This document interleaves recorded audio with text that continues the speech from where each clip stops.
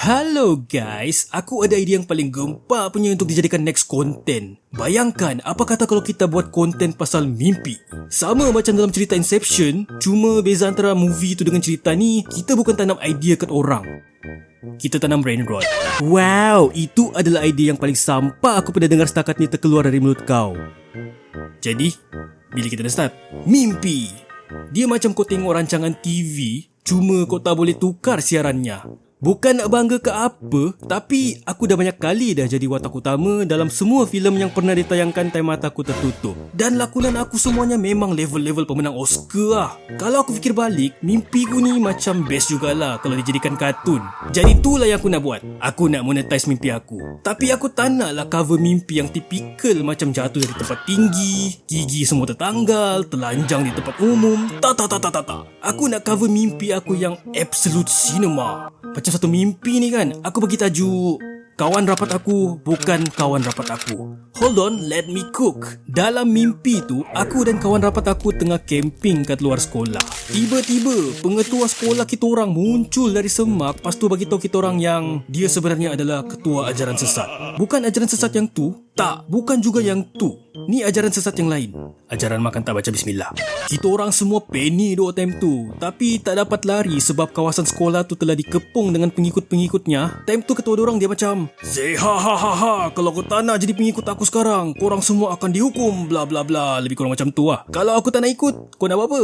Jerit kawan rapat aku. Last ketua ajaran sesat tu dipigi genggam kepalanya dan boom, meninggal member aku. Sampai kat giliran aku terus terbangun dari mimpi. Lepas tu pergi sekolah macam biasa. Sama macam dalam mimpi tadi, aku pergi jumpa kawan rapatku. Lepas tu jalan kaki sama-sama pergi sekolah. Masa nak on the way pergi sekolah, aku perasan ada lori parking kat tepi sekolah berdekatan dengan semak tu. Dan dalam lori tu, aku ternampak ada beberapa orang pakai jubah color merah. Sama macam jubah yang dipakai oleh kumpulan ajaran sesat dalam mimpi tu.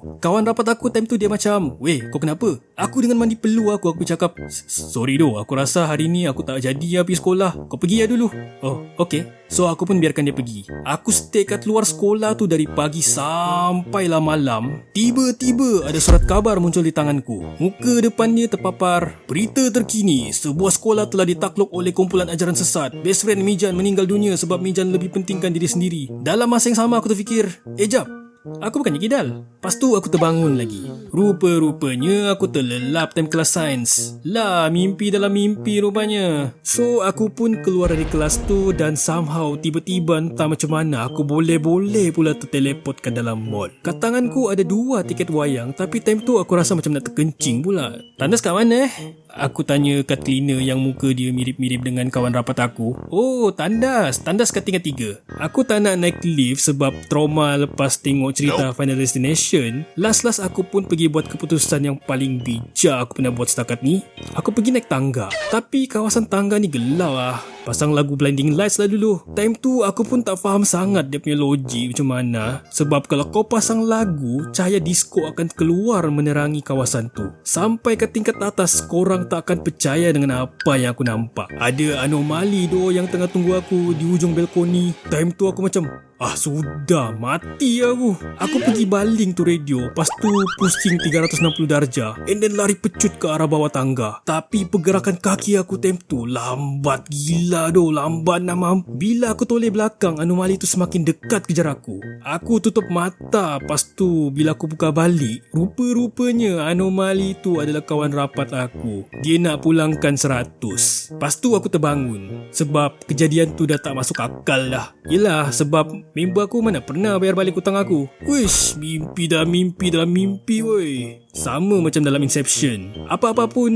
kalau tidur jangan lupa basuh kaki ya. Dan solat, jangan lupa solat. Okay, tu je, bye. Yo guys, macam thumbnail ku ni kali. Style kan? By the way, thumbnail tu bukan aku yang lukis, okay? Aku minta tolong Udin buatkan sebab aku suka style dia. Sama juga dengan beberapa background lah dalam video ni. Oh, thanks doh Udin, kau memang terbaik doh. Oh ya, korang mesti tertanya-tanya kan, kemana aku hilang? Aku sentuh rumput guys. Untuk pertama kalinya, aku buat benda yang paling mustahil.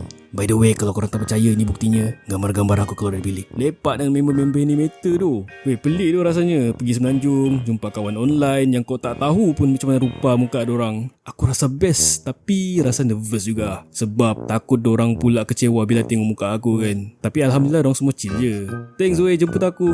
Lama tak rasa lepak sampai malam gitu dengan kawan. Oh ya, thanks juga yang beli stiker aku. Ada yang sanggup beli 2 kali sebab tersalah beli. Dia terbeli benda yang sama tu. Sorry tak dapat jumpa korang secara berdepan-depan. Time diorang Wan dengan Sumi menjual tu, aku dah balik sabar dah. By the way, thanks yang bagi fan art. Kalau nak bagi lagi boleh je, bagi je kat Instagram. InsyaAllah aku akan notice. Rasanya dah tak ada apa-apa lagi nak cakap kot, kecuali like, share, tekan loceng notification tu. Tu je. Okay, bye.